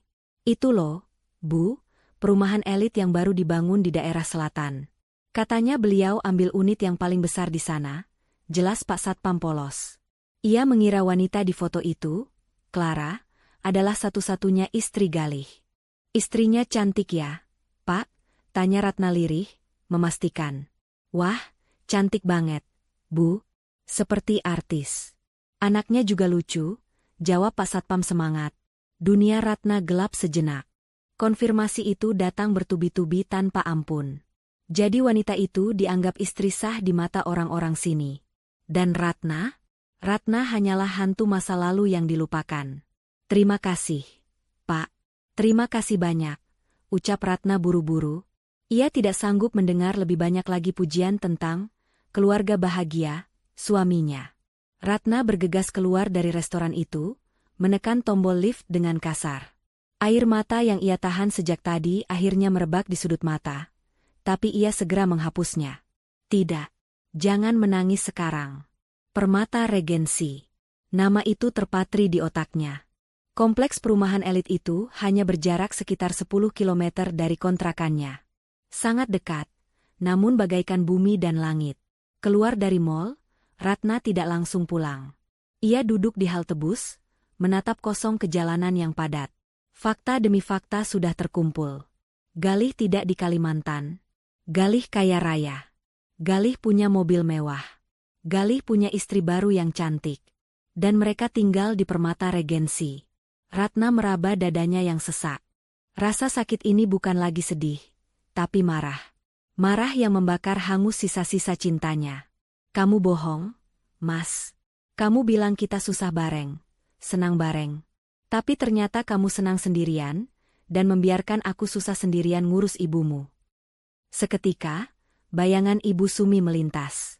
Ibu Sumi yang tahu segalanya. Ibu Sumi yang menikmati uang Galih sementara Ratna diberi remah-remah. Ratna mengepalkan tangannya. Tunggu aku di rumah, Bu. Sandiwaramu sebentar lagi selesai, gumam Ratna. Ia bangkit dari duduknya, menyetop angkot untuk pulang. Tapi kali ini, tujuannya bukan hanya pulang. Ia akan melakukan sesuatu yang lebih nekat. Ia harus melihat dengan mata kepalanya sendiri rumah di Permata Regensi itu. Tapi sebelum itu, ia harus menghadapi Ibu Sumi lagi, memainkan peran sebagai menantu bodoh sedikit lebih lama lagi, sembari menyusun rencana untuk membongkar kebusukan mereka tepat di depan hidung mereka. Di dalam angkot yang pengap, Ratna menyusun strategi. Ia tidak akan melabrak sekarang. Itu terlalu mudah bagi mereka. Ia ingin bukti yang lebih kuat. Ia ingin melihat mereka bersama. Dan ia ingin menghancurkan mereka di saat mereka merasa paling aman. Ratna menatap jalanan dengan tatapan dingin, tatapan seorang wanita yang hatinya telah dimatikan oleh pengkhianatan. Matahari sore menyisakan guratan jingga di langit ketika Ratna tiba kembali di kontrakan. Di tangannya, ia menjinjing kantong plastik berisi ikan kembung segar, pesanan khusus Ibu Sumi. Sepanjang perjalanan pulang dari pusat kota, Ratna telah menyusun skenario di kepalanya. Ia harus bermain cantik. Jika ia meledak sekarang, ia hanya akan menjadi menantu durhaka yang diusir tanpa membawa apa-apa. Sementara Gali dan Ibu Sumi tetap hidup tenang di atas penderitaannya. "Assalamualaikum," ucap Ratna saat membuka pintu. "Waalaikumsalam. Lama amat sih. Kamu itu ke pasar apa bikin pasar? Ibu sudah kelaparan dari tadi. Obat juga telat minumnya." Sambutan ketus Ibu Sumi langsung terdengar dari arah kamar. Ratna menarik napas panjang, memasang senyum tipis yang terasa kaku di wajahnya. Ia melangkah masuk ke kamar Ibu Sumi. Mertuanya itu sedang berbaring miring sambil memijit-mijit keningnya, berakting seolah pusing 7 keliling akibat kelaparan. "Maaf ya, Bu. Tadi angkotnya ngetem lama banget. Ini Ratna bawakan ikan kembung yang besar-besar. Ratna goreng kering pakai sambal terasi kesukaan Ibu ya," ujar Ratna dengan nada lembut yang dibuat-buat. Mata Ibu Sumi langsung berbinar mendengar menu makan malamnya, meski ia berusaha tetap terlihat kesal. "Ya sudah, cepetan. Jangan gosong masaknya. Awas kalau asin lagi kayak kemarin." Ratna beranjak ke dapur. Sambil membersihkan ikan, pikirannya melayang pada sosok wanita cantik di foto itu. Clara. Nama yang disebut Pak Satpam tadi. Ratna membayangkan bagaimana Clara dilayani Mbak Ratu di restoran mewah, sementara dirinya di sini berbau amis darah ikan demi melayani ibu dari suami yang mengkhianatinya. Pisau di tangan Ratna mengiris perut ikan dengan gerakan yang sedikit lebih kasar dari biasanya. Setelah masakan matang, Ratna membawa nampan berisi nasi hangat, ikan goreng kering, dan sambal terasi ke hadapan Ibu Sumi. Aroma sedap langsung memenuhi kamar pengap itu. Ibu Sumi yang tadinya lemas mendadak bertenaga, langsung duduk tegak tanpa bantuan. "Nah, ini baru makanan," gumam Ibu Sumi sambil menyuap nasi dengan lahap. Ia makan begitu cepat, seolah takut ada yang merebut jatahnya. Ratna duduk bersimpu di lantai, memijat kaki Ibu Sumi yang katanya mati rasa itu. Ia menunggu momen yang tepat. Saat Ibu Sumi sedang asyik mengunyah ekor ikan yang renyah, Ratna mulai melancarkan pancingannya. "Bu," panggil Ratna pelan. Apa lagi? Minta duit lagi?" sahut Ibu Sumi tanpa menoleh, mulutnya penuh makanan. "Bukan, Bu. Tadi di angkot Ratna dengar ibu-ibu gosip. Katanya ada tetangga mereka suaminya kerja di luar kota. Bilangnya kerja keras, ternyata di sana malah nikah lagi sama janda kaya. Istri pertamanya di kampung dibohongi bertahun-tahun." Cerita Ratna, matanya menatap lekat ekspresi Ibu Sumi. Gerakan tangan Ibu Sumi yang hendak mengambil sambal terhenti sejenak. Hanya sepersekian detik, tapi Ratna menangkapnya. Ada jeda yang tidak wajar. "Terus kenapa? Kurang kerjaan banget kamu dengerin gosip murahan," cibir Ibu Sumi, kembali melanjutkan makannya, namun kali ini kunyahannya terlihat lebih pelan. "Ya kasihan saja sama istri pertamanya, Bu. Sudah setia, nungguin, ngerawat mertua, dikhianati," lanjut Ratna, sengaja menekankan kata, merawat mertua. "Bu, kira-kira kalau Mas Gali ternyata kayak gitu, Ibu gimana? Kalau Mas Gali ternyata punya istri lagi yang lebih kaya, Ibu bakal marah nggak sama Mas Gali?" Prang! Sendok di tangan Ibu Sumi jatuh beradu dengan piring. Wajah wanita tua itu merah padam seketika. Ia menoleh ke arah Ratna dengan mata melotot, napasnya memburu. Namun, di balik kemarahan itu, Ratna melihat sesuatu yang lain. Ketakutan. Panik. Sorot mata seseorang yang tertangkap basah. "Kamu ngomong apa barusan? Doain suamimu selingkuh? Dasar istri nggak tahu diuntung," bentak Ibu Sumi. Suaranya melengking tinggi, memecah keheningan sore. "Suamimu itu kerja banting tulang di hutan, nyaris mati kena malaria demi kamu, demi ibu. Tega-teganya kamu punya pikiran kotor begitu." Ratna cuma nanya, "Bu, kan cuma berandai-andai." Ratna mencoba membela diri dengan tenang. "Nggak ada andai-andai. Ucapan itu doa. Kamu itu curigaan terus sama Galih. Apa karena uang bulanannya dikit? Dasar mata duitan. Harusnya kamu bersyukur masih punya suami yang tanggung jawab. Lihat diri kamu, Ratna. Kamu itu cuma lulusan SMA. Muka pas-pasan, nggak punya apa-apa. Kalau bukan Galih yang mungut kamu jadi istri, siapa yang mau?" Kata-kata Ibu Sumi meluncur deras bagai peluru, tajam dan menyakitkan. Ia menyerang fisik dan harga diri Ratna, untuk menutupi kepanikannya. Taktik manipulasi klasik. Ratna hanya diam, menunduk. Bukan karena takut, tapi menyembunyikan senyum sinis yang mulai terukir di bibirnya. Reaksi Ibu Sumi terlalu berlebihan untuk sebuah pertanyaan pengandaian. Jika Ibu Sumi tidak tahu apa-apa, harusnya ia akan membela anaknya dengan kalimat wajar seperti, "Ah, nggak mungkin Gali begitu." Tapi Ibu Sumi malah marah besar dan menyerang balik Ratna secara personal. Itu adalah respon pertahanan diri. "Maaf, Bu. Ratna nggak bermaksud begitu," ucap Ratna pelan, berpura-pura takut. Ibu Sumi mendengus kasar, nafasnya masih naik turun. "Sudah. Hilang selera makan Ibu. Beresin ini semua. Dan ingat, jangan pernah kamu ngomong sembarangan lagi soal Gali nikah lagi atau apalah. Kalau sampai Gali tahu kamu nuduh dia macam-macam, Ibu nggak akan belain kamu kalau dia mau cerai." Ancaman itu terdengar menggelikan di telinga Ratna sekarang. Cerai? Justru itu yang Ratna harapkan, tapi tidak sebelum ia menghancurkan mereka. Ratna membereskan piring kotor itu dan membawanya ke dapur. Dari balik tirai pintu dapur yang tipis, Ratna mengintip. Ia melihat Ibu Sumi merogoh saku daster, mengeluarkan ponsel jadul yang disembunyikan di balik lipatan kain. Jari-jari Ibu Sumi menekan tombol dengan cepat, lalu menempelkan ponsel itu ke telinga. Ratna menajamkan pendengarannya. "Halo, Le, Gali." Suara Ibu Sumi terdengar berbisik, sangat pelan, tapi suasana rumah yang sunyi membuat Ratna bisa menangkap potongan kalimatnya. "Istrimu itu mulai aneh-aneh ya, dia nanya-nanya soal nikah lagi, bukan? Kayaknya cuma denger gosip, tapi Ibu takut dia curiga, iya? Kamu hati-hati, jangan sampai dia tahu soal Clara, iya? Ibu sudah marahi dia habis-habisan." Darah Ratna mendidih. Tubuhnya gemetar menahan amarah yang meledak-ledak di dada. Konfirmasi itu kini sempurna. Ibu Sumi bukan korban. Ibu Sumi adalah dalang. Ibu Sumi adalah penjaga rahasia yang setia, bukan demi keutuhan rumah tangga anaknya, tapi demi kenyamanannya sendiri yang dimanja oleh uang istri baru Galih. Clara. Nama itu disebut lagi oleh mulut mertuanya sendiri. Ratna mundur perlahan dari balik tirai, kembali ke wastafel cuci piring. Air matanya menetes satu persatu, jatuh ke piring kotor yang penuh minyak. Tapi kali ini, ia tidak menyekanya. Ia membiarkan rasa sakit itu merasuki setiap sel tubuhnya, mengubah kesedihan menjadi bahan bakar dendam yang tak akan padam. "Kalian pikir aku bodoh?" batin Ratna sambil meremas spons cuci piring hingga busanya meluap. "Kalian pikir aku hanyalah pembantu yang bisa dibohongi selamanya? Baiklah, Bu. Kalau Ibu mau main sandiwara, Ratna akan jadi lawan main yang seimbang. Nikmatilah sisa-sisa hari tenangmu, karena badai sebentar lagi akan datang." Malam itu, Ratna tidur dengan perasaan yang anehnya lebih tenang. Ia tidak lagi dihantui ketidakpastian. Musuhnya sudah jelas. Targetnya sudah jelas. Besok, ia akan memulai langkah selanjutnya.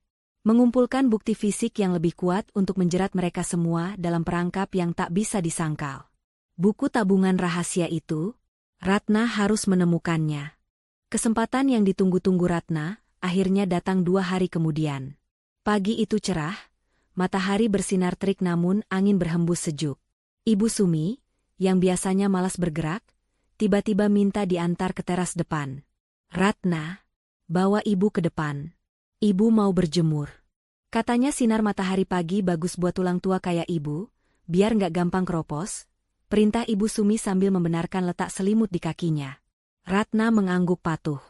Dengan telaten, ia mendorong kursi roda Ibu Sumi keluar rumah, menempatkannya di posisi yang pas di bawah naungan pohon mangga, agar terkena sinar matahari tapi tidak kepanasan. "Ini teh hangatnya ya, Bu." Ratna tinggal sebentar ke dalam mau ganti spray kamar Ibu.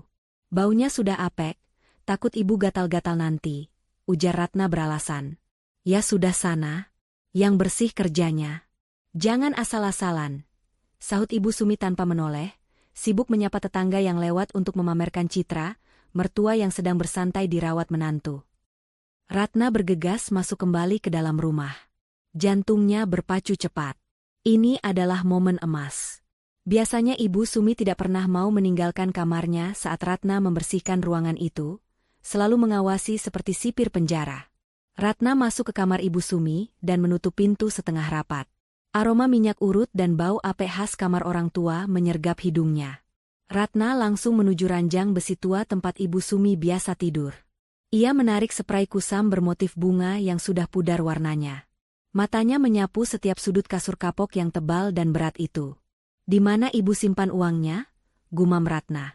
Tangannya mulai meraba bagian bawah bantal, nihil. Di bawah lemari pakaian, hanya ada debu. Ratna kembali menatap kasur. Ia teringat malam itu, saat melihat Ibu Sumi menyelipkan sesuatu ke bawah kasur bagian tengah. Ratna menarik napas panjang, mengerahkan tenaganya untuk mengangkat kasur kapok yang berat itu sendirian. "Berat banget," keluh Ratna sambil menahan kasur dengan bahunya. Tangannya meraba-raba bilah papan ranjang. Dan jarinya menyentuh sesuatu. Di sela-sela papan penyangga kasur, terdapat sebuah kantong kain berwarna hitam yang dipaku rapi agar tidak jatuh. Namun tersembunyi sempurna dari pandangan jika hanya sekadar mengganti spray biasa. Ratna menarik kantong itu dengan tangan gemetar. Di dalamnya, terdapat sebuah buku tabungan berwarna biru tua dari salah satu bank swasta ternama, dan segebok uang tunai pecahan 100 ribuan yang diikat karet gelang. Ratna mengabaikan uang tunai itu, matanya terfokus pada buku tabungan. Dengan napas tertahan, Ratna membuka halaman pertama. Nama pemilik rekening tertera jelas, Sumiati. Ratna membalik halaman berikutnya untuk melihat mutasi transaksi.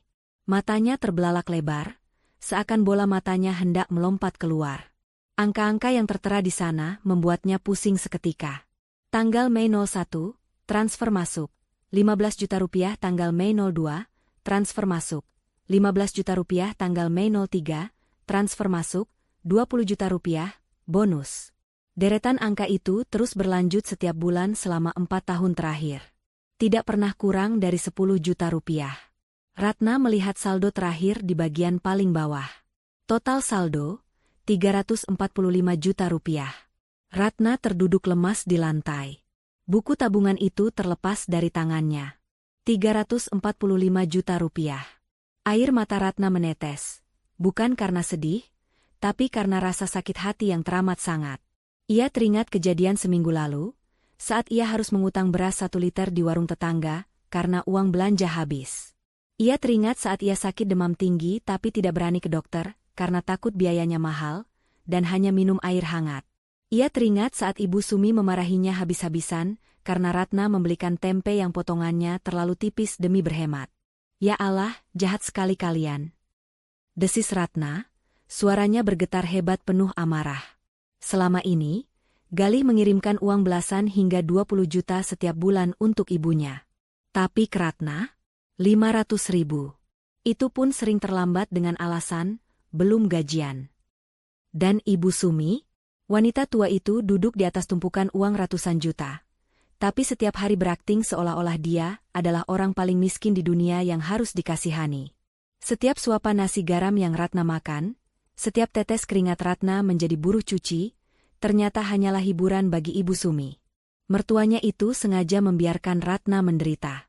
Mungkin dalam hati Ibu Sumi tertawa melihat menantunya bekerja seperti kuda, sementara dia menimbun kekayaan anak laki-lakinya. Uang ini harusnya hak istri juga, batin Ratna perih. Setidaknya untuk makan yang layak.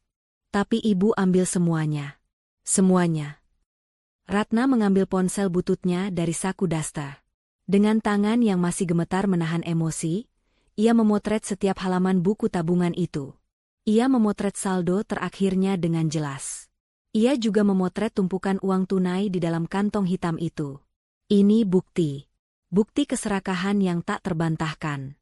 Suara batuk Ibu Sumi terdengar dari arah teras, diikuti teriakan memanggil nama Ratna. "Ratna, kok lama banget sih? Ibu haus lagi nih." Ratna tersentak. Ia buru-buru memasukkan kembali buku tabungan dan uang itu ke dalam kantong hitam, lalu menyelipkannya kembali ke bawah kasur di posisi semula. Ia merapikan spray dengan cepat, memastikan tidak ada jejak yang tertinggal. Ratna berdiri, mengatur napas, dan menghapus air matanya kasar. Wajahnya yang tadi penuh kesedihan kini berubah keras. Tatapannya dingin. Rasa hormat dan kasih sayang yang dulu ia miliki untuk mertuanya telah hangus terbakar, berganti menjadi kebencian yang murni. Ratna keluar dari kamar membawa spray kotor. Saat melewati Ibu Sumi di teras, Ratna tersenyum. Senyum yang sangat manis, namun mata Ratna tidak tersenyum sama sekali. Sudah selesai, Bu. Kasurnya sudah rapi, maksud Ratna, bantalnya sudah Ratna tepuk-tepuk biar empuk. Ujar Ratna, sengaja memplesetkan lidah. Ibu Sumi menoleh cepat, curiga. Kamu ngomong apa tadi? Uang? Ratna menggeleng polos. Bukan, Bu. Maksud Ratna, tulang.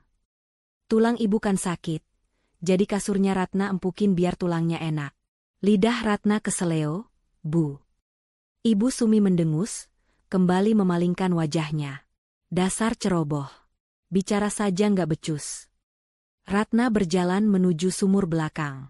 Dalam hati ia tertawa miris. Silakan maki aku sepuasmu sekarang, Bu. Nikmati tumpukan uangmu itu selagi bisa. Karena sebentar lagi, Ratna pastikan ibu tidak akan bisa menikmati 1 rupiah pun darinya. Fakta menjijikan ini membuat tekad Ratna semakin bulat. Ia tidak akan pergi dengan tangan kosong. Ia akan mengambil apa yang menjadi haknya, dan menghancurkan kebahagiaan palsu yang dibangun di atas penderitaannya. Target selanjutnya, melihat langsung kehidupan mewah Galih dan keluarga barunya. Ratna harus melihat betapa bahagianya mereka, agar dendamnya semakin sempurna. Hari Jumat menjadi hari yang mendebarkan bagi Ratna. Pagi-pagi sekali, Ibu Sumi sudah berdandan rapi. Ia mengenakan kebaya encim terbaiknya yang selama ini tersimpan di lemari, lengkap dengan selendang sutra. Baunya wangi semerbak, bukan bau minyak angin seperti biasanya, melainkan parfum bunga melati yang menyengat. Ratna, panggilkan taksi online sekarang. Ibu mau kontrol ke dokter spesialis di kota sebelah. Katanya ada terapi baru yang bagus. Perintah Ibu Sumi sambil mematut diri di cermin. Wajahnya dipoles bedak tebal, menutupi keriput-keriput kebohongannya. Ratna menatap mertuanya dengan tatapan datar. Perlu Ratna antar, Bu? Nanti ibu susah jalannya kalau sendirian. Tawar Ratna, sekadar memancing reaksi. Nggak usah, tolak Ibu Sumi cepat, nadanya panik. Mobilnya penuh nanti. Ibu pergi sama Bute Joko, janjian di depan gang. Kamu di rumah saja, bersihkan gudang belakang. Sudah banyak tikus. Ratna mengangguk patuh. Baik, Bu, hati-hati. Begitu taksi yang menjemput Ibu Sumi menghilang di tikungan gang, Ratna tidak menuju gudang. Ia berlari ke kamar, menyambar tas kusamnya, dan memakai jaket lusuh untuk menutupi wajahnya. Ia harus tahu kemana sebenarnya Ibu Sumi pergi. Firasatnya mengatakan, hari ini bukan jadwal ke dokter, melainkan jadwal, setoran, kasih sayang dari anak kesayangannya. Ratna naik ojek pangkalan, meminta abang ojek mengantar ke Permata Regensi. Sepanjang perjalanan, angin menerpa wajah Ratna yang tegang. Jarak 10 kilometer terasa begitu jauh. Setibanya di seberang gerbang megah perumahan elit itu, Ratna turun dan bersembunyi di balik sebuah warung kopi pinggir jalan. Matanya menyapu area gerbang yang dijaga ketat oleh satpam berseragam safari. Tidak mungkin ia bisa masuk ke dalam tanpa kartu akses. Namun, Ratna teringat ucapan satpam mal kemarin, mobil Galih adalah Pajero putih. Ratna memutuskan untuk menunggu. Ia bertaruh pada nasib. Jika Tuhan mengizinkan kebenaran terungkap, maka ia akan melihatnya hari ini. 1 jam berlalu. Panas matahari mulai menyengat. Ratna nyaris putus asa ketika tiba-tiba sebuah mobil Pajero putih mengkilap melaju pelan dari arah dalam kompleks menuju gerbang keluar. Jantung Ratna berhenti berdetak sesaat. Plat nomornya B1090 Gal. Inisial nama suaminya. Mobil itu berhenti tepat di depan minimarket yang letaknya hanya 20 meter dari tempat persembunyian Ratna. Sepertinya mereka hendak membeli camilan untuk perjalanan. Pintu pengemudi terbuka. Turunlah sosok pria gagah dengan kacamata hitam. Gal. Ia terlihat lebih gemuk dan bersih dibandingkan terakhir kali pulang ke rumah setahun lalu. Ia mengenakan kaos polo bermerek dan celana pendek kargo, tampilan santai orang kaya yang sedang menikmati libur akhir pekan. Pintu penumpang depan terbuka. Seorang wanita cantik dengan rambut di-blow sempurna turun. Itu pasti Clara. Ia menggandeng seorang anak laki-laki lucu yang memegang mainan robot. Mereka tertawa, terlihat begitu harmonis. Namun, pemandangan yang membuat darah Ratna mendidih hingga ke ubun-ubun terjadi beberapa detik kemudian. Pintu penumpang belakang terbuka. Ratna menahan napas, matanya tak berkedip. Keluarlah Ibu Sumi. Tapi, tidak ada kursi roda yang diturunkan. Tidak ada tongkat penyangga. Ibu Sumi menapakkan kakinya ke aspal dengan mantap. Ia berdiri tegak, lalu berjalan memutari mobil menuju cucu barunya dengan langkah yang ringan dan gesit. Sangat gesit. Aduh, cucu Oma ganteng banget sih. Mau beli es krim ya? Terdengar suara Ibu Sumi yang melengking ceria, tanpa sedikit pun nada merintih kesakitan yang setiap hari menjadi makanan telinga Ratna. Ratna membekap mulutnya sendiri agar tidak berteriak. Air matanya tumpah tanpa bisa ditahan. Kakinya lemas menyaksikan sandiwara paling kejam di depan matanya. Lihatlah wanita tua itu. Wanita yang di rumah Ratna selalu merengek minta dipijat karena kakinya mati rasa. Wanita yang membiarkan Ratna memandikannya, membersihkan kotorannya, dan menggendongnya ke kamar mandi karena mengaku tidak kuat berdiri. Ternyata, di sini ia bisa berjalan lancar, bahkan setengah berlari kecil mengejar cucunya yang lari ke arah pintu minimarket. Ya Allah, ya Allah. Isak Ratna lirih. Dadanya sesak bukan main. Galih terlihat merangkul bahu ibunya dengan sayang. Clara menggandeng lengan Ibu Sumi di sisi lain. Mereka bertiga berjalan masuk ke minimarket layaknya keluarga bahagia tanpa celah. Mereka tertawa, bercanda, menikmati hidup mewah mereka. Sementara Ratna hanyalah babu yang ditinggal di gubuk derita untuk menjaga, topeng, kemiskinan mereka. Ratna adalah tumbal agar Ibu Sumi bisa punya alasan untuk tidak tinggal serumah dengan menantu kaya rayanya. Mungkin Clara tidak mau direpotkan mengurus mertua, tapi tetap bisa menikmati fasilitas mewah secara berkala. Ratna mengeluarkan ponselnya dengan tangan gemetar hebat. Dari celah dinding warung kopi, ia merekam video durasi pendek. Ia menzoom kamera ke arah Ibu Sumi yang sedang berjalan keluar dari minimarket sambil menjilat es krim cone, tertawa lepas tanpa beban. Rekaman itu hanya 15 detik, tapi cukup untuk menghancurkan hidup mereka nanti. Mas Galih, bisik Ratna dengan tatapan nyalang. Kamu tega membiarkan istrimu jadi budak ibumu yang sehat walafiat. Kamu biarkan aku hancur demi kenyamanan ibumu. Mobil Pajero itu pun melaju pergi meninggalkan area minimarket. Ratna masih berdiri mematung di sana, menatap debu jalanan yang ditinggalkan kendaraan mewah itu. Rasa sakit di hatinya perlahan memadat, membeku menjadi sebuah tekad yang dingin dan tajam. Tidak ada lagi air mata. Tidak ada lagi rasa kasihan. Ratna menghapus sisa air mata di pipinya dengan kasar. Ia menatap video di ponselnya sekali lagi. Bukti sudah lengkap. Motif sudah jelas. Pelaku sudah teridentifikasi. Ratna berbalik badan, menyetop angkot untuk pulang. Tapi kali ini, ia pulang bukan untuk mengabdi. Ia pulang untuk mempersiapkan panggung eksekusi. Ibu Sumi akan pulang nanti sore dengan cerita bohong tentang dokter dan obat pahit. Dan Ratna akan menyambutnya dengan hidangan, penutup yang tak akan pernah dilupakan mertuanya itu seumur hidup. Selamat bersenang-senang hari ini, Bu. Tertawalah sepuasnya, gumam Ratna dingin di dalam angkot yang bising. Karena besok, Ibu tidak akan bisa tertawa lagi. Ratna meremas tasnya. Rencana di kepalanya sudah tersusun rapi. Ia akan memasak makanan kesukaan Ibu Sumi malam ini. Ia akan menjadi menantu yang sangat manis. Sebelum ia melepaskan bom waktu yang akan meluluhlantakan sandiwara mereka hingga ke akar-akarnya. Perjalanan pulang terasa sangat singkat, seiring dengan dendam yang memacu adrenalin di darah Ratna. Babak akhir permainan ini sudah dimulai. Ratna tiba di rumah kontrakan dengan langkah ringan yang mengerikan. Wajahnya tenang, terlalu tenang untuk seseorang yang baru saja menyaksikan pengkhianatan terbesar dalam hidupnya. Di dalam rumah yang sunyi, Ratna memulai persiapan terakhirnya. Ia tidak langsung mengemas barang-barangnya. Itu terlalu mencolok. Ia punya rencana yang lebih rapi. Pertama, Ratna masuk ke kamar Ibu Sumi. Ia kembali mengangkat kasur kapok yang berat itu. Kali ini, ia tidak hanya mengintip. Dengan gerakan cepat, ia mengambil kantong hitam berisi uang tunai dan buku tabungan itu. Ratna memindahkan isinya ke dalam tas pribadinya yang sudah ia siapkan di balik lemari bajunya sendiri. Sebagai gantinya, ia memasukkan tumpukan kertas koran bekas yang dipotong seukuran uang ke dalam kantong hitam itu, lalu mengikatnya kembali dan meletakkannya di posisi semula di bawah kasur. Biarlah Ibu Sumi nanti merasakan syok terapi saat mengecek harta karunnya.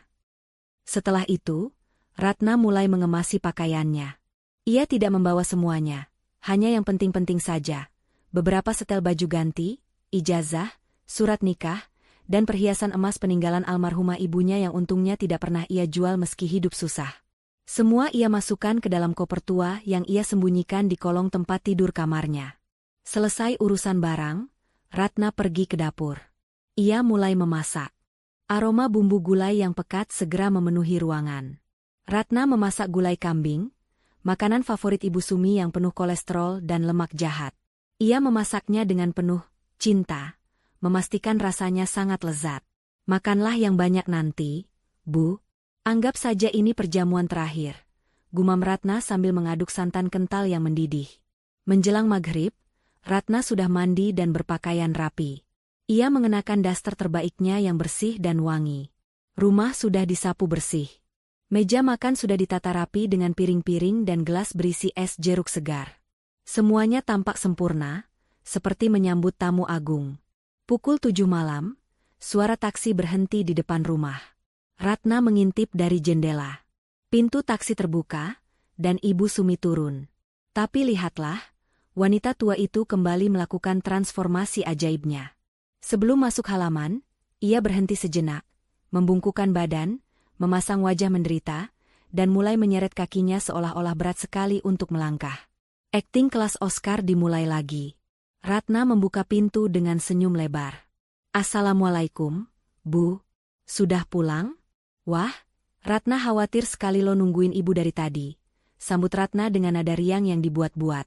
Ibu Sumi masuk dengan tertatih-tatih, berpegangan pada kusen pintu. Wajahnya ditekuk masam. Waalaikumsalam.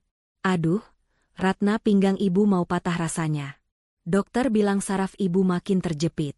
Capek sekali seharian di rumah sakit antre obat. Ratna buru-buru memapah Ibu Sumi menuju kursi makan. Kasihan sekali Ibu. Sini, Bu, duduk dulu.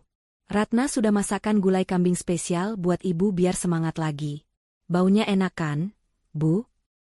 Mata Ibu Sumi langsung berbinar melihat mangkuk besar berisi gulai kambing yang mengepul panas. Lupa sudah dia pada akting sakit pinggangnya. Ia duduk dengan antusias. Wah, tumben kamu masak enak.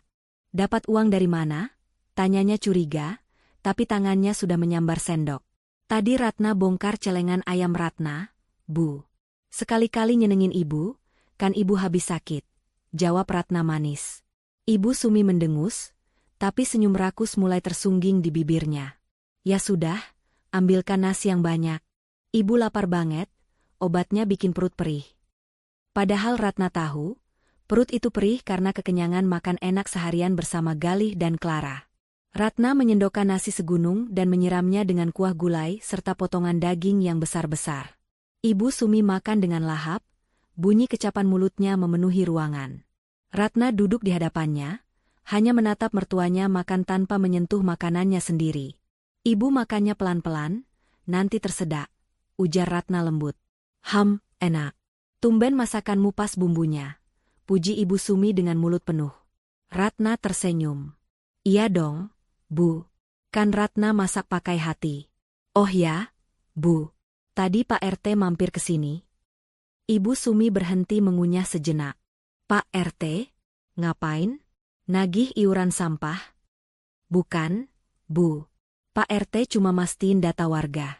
Terus Ratna bilang, kalau mulai besok Ratna mungkin gak tinggal di sini lagi, ucap Ratna santai. Ibu Sumi tersedak. Ia terbatuk-batuk keras, wajahnya memerah. Ratna dengan sigap menyodorkan segelas air, tapi tidak menepuk punggungnya. Ia hanya melihat. Uhuk. Maksud kamu apa, Ratna? Kamu mau minggat? Mau jadi istri durhaka ninggalin mertua sakit sendirian? Bentak Ibu Sumi setelah batuknya reda. Matanya melotot marah. Ratna masih tersenyum, tapi kali ini senyumnya berubah dingin. Bukan minggat, Bu. Tapi pindah. Kontrakan ini kan habis besok. Dan Ratna nggak punya uang buat bayar perpanjangan. Mas Galih kan belum kirim uang. Apa? Kontrakan habis? Ibu Sumi panik. Ia lupa soal tanggal jatuh tempo kontrakan karena terlalu asyik menikmati hidup mewah. Terus kita mau tinggal di mana? Di kolong jembatan? Kamu telepon Galih sekarang.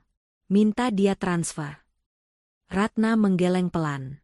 Nggak usah repot-repot telepon Mas Galih. Bu, Ratna sudah punya rencana lain. Lagian, ibu kan punya tabungan. Masa ibu lupa? Wajah ibu Sumi memucat seketika. Tabungan apa? Kamu jangan ngaco ya. Ratna bangkit dari kursinya. Ia berjalan perlahan mengelilingi meja makan, berhenti tepat di belakang kursi ibu Sumi. Ia membungkuk, membisikkan sesuatu tepat di telinga mertuanya. Tabungan di bawah kasur, Bu. Yang isinya ratusan juta itu. Yang dari Mas Galih. Tubuh ibu Sumi menegang kaku seperti patung. Sendok di tangannya jatuh berdenting ke lantai. Rahasianya terbongkar. Jantungnya berdegup kencang, keringat dingin mulai bercucuran di pelipisnya. Kak, kamu tahu dari mana? Suara ibu Sumi bergetar hebat, tak lagi galak. Ratna menegakkan tubuhnya, berjalan kembali ke hadapan ibu Sumi. Wajahnya kini tanpa ekspresi, sorot matanya tajam menusuk. Ratna tahu semuanya, Bu. Semuanya. Soal uang itu. Soal Mas Galih yang gak pernah ke Kalimantan. Soal Clara. Soal cucu ibu. Dan soal ibu yang bisa jalan lancar kayak atlet lari. Ibu Sumi ternganga. Mulutnya terbuka tapi tidak ada suara yang keluar. Ia seperti melihat hantu di siang bolong. Jadi, Bu, lanjut Ratna dengan nada final. Malam ini, nikmati gulai kambingnya sampai habis. Karena besok pagi, saat matahari terbit, Ratna akan pergi dari sini. Ratna sudah kemasi barang-barang Ratna. Ibu silakan atur sendiri hidup ibu selanjutnya. Mungkin ibu bisa lari pagi ke rumah Mas Galih di Permata Regensi? Kan ibu kuat. Suasana ruang makan itu mendadak hening mencekam. Hanya suara detak jam dinding yang terdengar, menghitung mundur waktu kehancuran bagi ibu Sumi. Ratna tidak memberi kesempatan ibu Sumi untuk membela diri. Ia berbalik dan masuk ke kamarnya, mengunci pintu rapat-rapat. Meninggalkan ibu Sumi yang gemetar ketakutan di meja makan, sendirian dengan dosa-dosanya yang kini telanjang di depan mata. Pagi itu, udara di dalam rumah kontrakan terasa begitu sesak, seolah oksigen enggan masuk ke ruangan yang dipenuhi aura ketegangan. Ratna sudah rapi dengan pakaian sederhananya. Sebuah koper tua berdiri tegak di samping pintu depan, saksi bisu kepergiannya. Ibu Sumi duduk di kursi ruang tamu dengan wajah kusut. Matanya bengkak, sisa tangis ketakutan semalam. Ia menatap Ratna dengan pandangan nanar, campuran antara kemarahan dan keputusasaan. Kamu benar-benar mau pergi, Ratna? Kamu tega membiarkan ibu terlantar begini?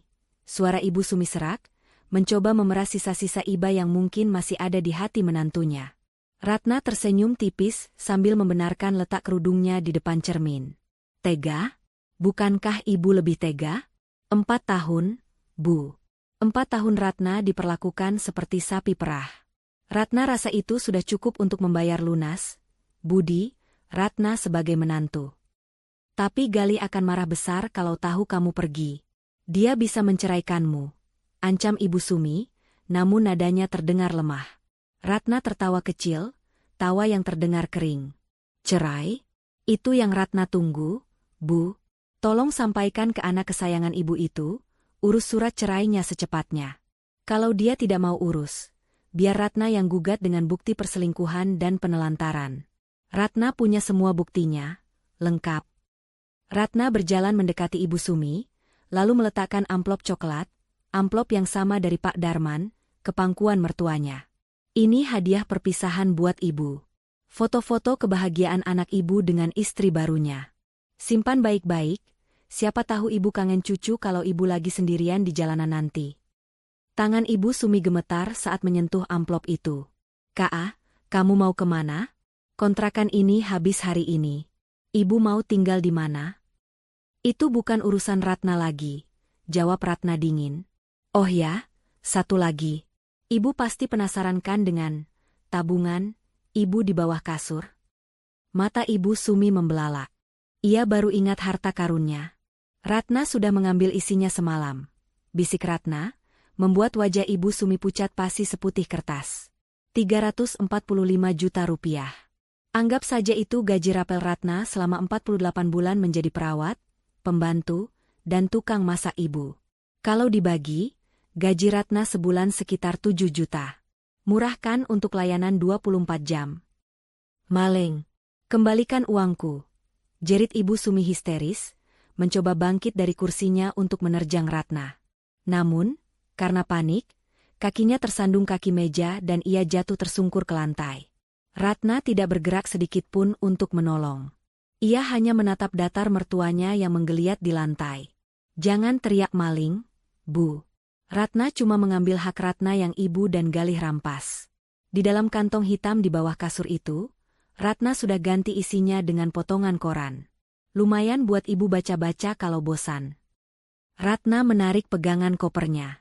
Suara roda koper yang bergesekan dengan lantai semen terdengar nyaring. Selamat tinggal, Bu. Semoga ibu sehat terus ya, biar bisa jalan kaki ke rumah Clara. Jaraknya lumayan loh, 10 kilometer. Tapi kan ibu kuat, kemarin saja lari-lari di parkiran minimarket lancar banget. Ratna membuka pintu rumah lebar-lebar. Cahaya matahari pagi menerobos masuk, menyinari Ratna yang siap melangkah ke kehidupan barunya. Ratna, jangan pergi. Ibu mohon. Siapa yang suapin ibu? Siapa yang cebokin ibu? Raung Ibu Sumi, air matanya tumpah deras. Harga dirinya hancur lebur demi memohon belas kasihan. Ketakutan akan hidup menggelandang lebih besar daripada rasa malunya. Ratna berhenti sejenak di ambang pintu, tapi ia tidak menoleh. Minta sama Tuhan, Bu, atau minta sama Clara. Itu kalau Clara mau terima mertua penipu seperti ibu. Oh iya, pemilik kontrakan sebentar lagi datang mau ambil kunci. Selamat berjuang ya, Bu. Tanpa keraguan sedikit pun, Ratna melangkah keluar. Ia menutup pintu pagar dengan bunyi, klak, yang tegas. Ia berjalan menjauh, meninggalkan suara raungan Ibu Sumi yang memecah keheningan pagi. Ratna menghirup udara bebas dalam-dalam. Beban berat di pundaknya telah hilang. Tidak ada lagi penindasan, tidak ada lagi kebohongan. Di tasnya ada modal untuk memulai hidup baru, modal yang memang haknya. Ia tidak akan menoleh ke belakang lagi. Biarlah Galih dan Ibu Sumi hancur dimakan keserakahan mereka sendiri. Ratna tersenyum, kali ini senyum yang tulus, menyambut masa depan yang cerah milik dirinya sendiri. Pesan moral. Kejujuran adalah pondasi utama dalam rumah tangga. Jangan pernah membangun kebahagiaan di atas penderitaan orang lain, apalagi pasangan sendiri yang telah tulus berkorban. Keserakahan dan kebohongan mungkin bisa menutupi bangkai untuk sementara waktu. Namun ketika kebenaran terungkap, kehancuran yang datang akan jauh lebih menyakitkan daripada pengorbanan yang disia-siakan. Harta bisa dicari, tapi ketulusan hati yang telah dilukai tak akan pernah bisa kembali utuh.